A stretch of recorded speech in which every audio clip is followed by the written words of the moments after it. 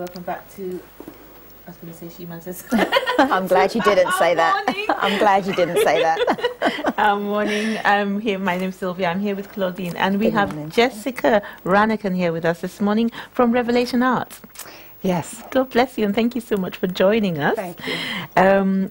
You were telling us an interesting story this morning, and I'd like you to share it with the viewers as to what Revelation Art is all about.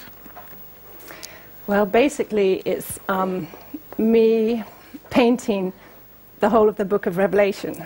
Fantastic. Yeah. It's an overwhelming project, but I've been working on it for 7 years. Okay. And why did you decide to paint the book of Revelation?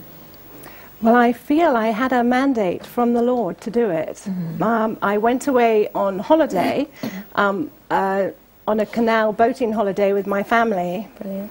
And I was praying and I was asking the Lord how to use what I should do with my small talent that I have to paint. And I wanted to do something that would count and be meaningful. And I felt that he just told me on this holiday that he wanted me to do Revelation, the book of Revelation. Okay. That is brilliant. Go ahead. No, because I was thinking, why the book of Revelation? Because the thing is, as a Christian, we tend to read a couple of chapters there and not focus because we can't understand it. Yes. And I'm just thinking, do you think that's the reason why he asked you to paint it? So we could visualize it and understand it more?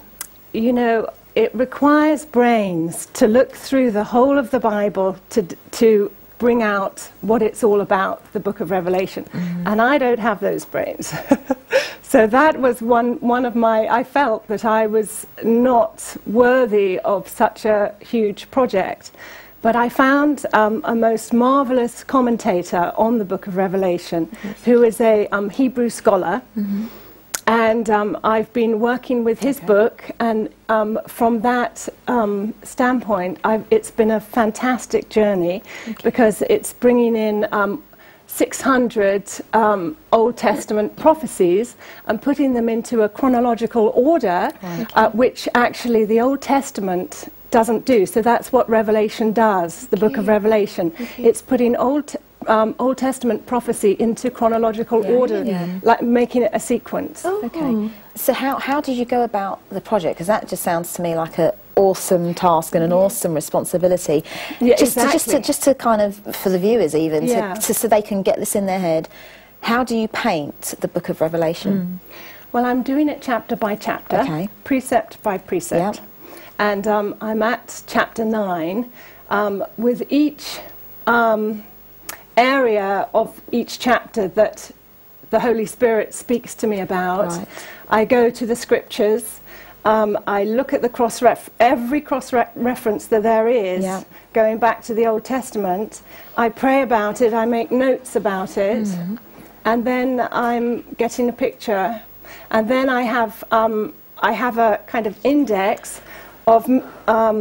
it's a wonderful filing system, actually, of different things like clouds, mountains, streams, things like that. So I look through them to find the right one that I need for the sky, and I look through mountains to find the right mountain, and then I put it all together, and then I sit down with my doggy, and I paint it, and it's a blessing. It's a real blessing. So I'm assuming that they are different. They're on different canvases, are they? Oh yes, and some of them are huge. Okay. Yeah. Yes, some of them are very, very big, and some are quite small. Okay. Yeah. So. And I'm also doing computer graphics as well. Oh. So it's a mixture of different genres, is it? So some oil painting, I use the airbrush and car paint, polyurethane car paint, which is great fun. Sorry. That doesn't mean anything to me. Polyurethane car paint.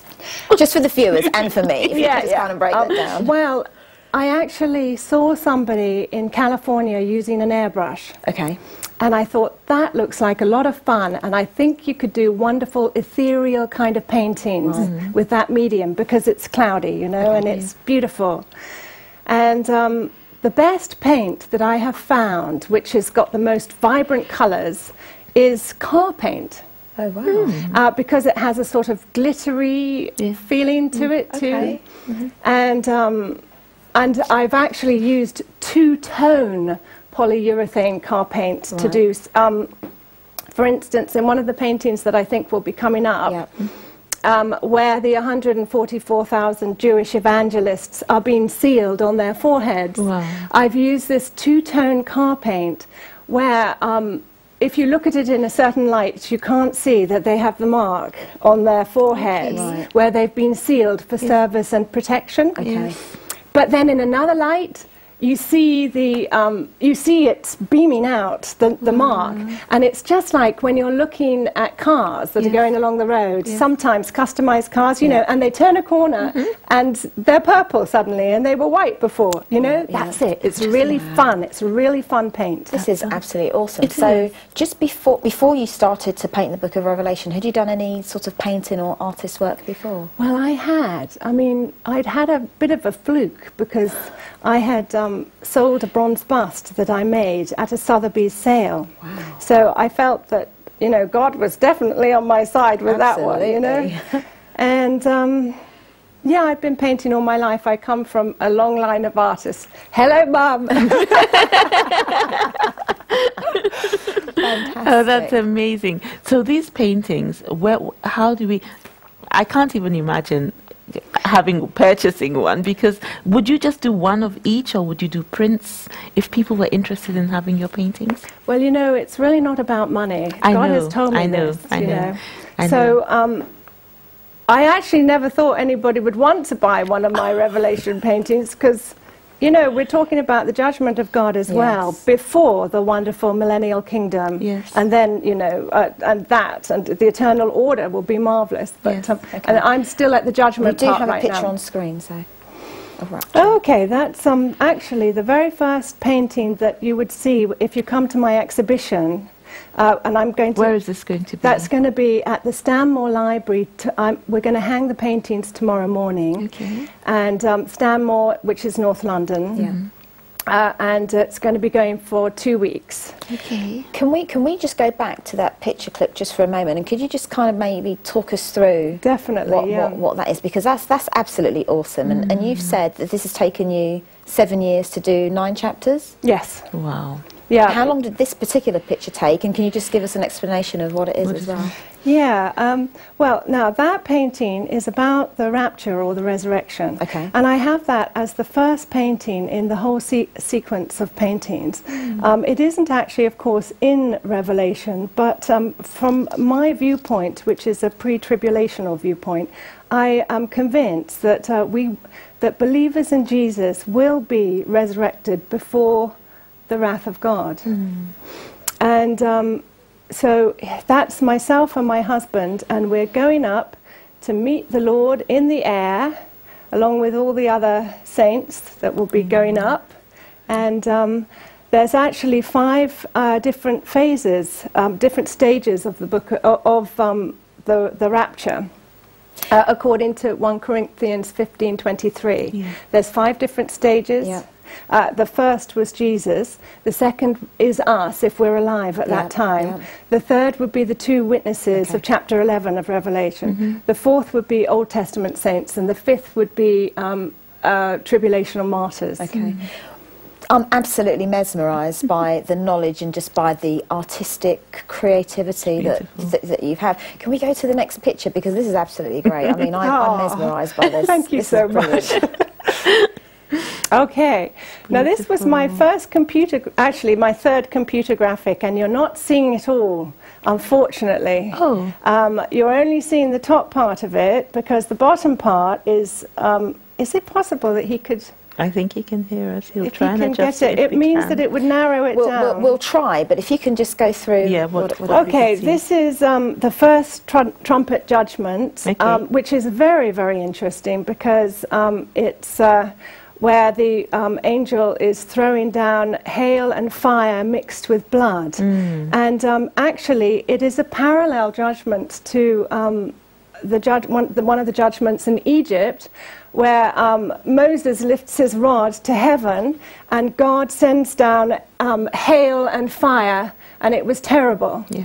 And the thing about the judgments that are coming is that they will be global, whereas they were just in within one Egypt, location. Which is very fascinating. Yes. That I've learnt all this. That's you know. right. Wow. That's Yeah. amazing. This is absolutely And amazing. I'm trying to get this message out, you know. How long did that particular piece take?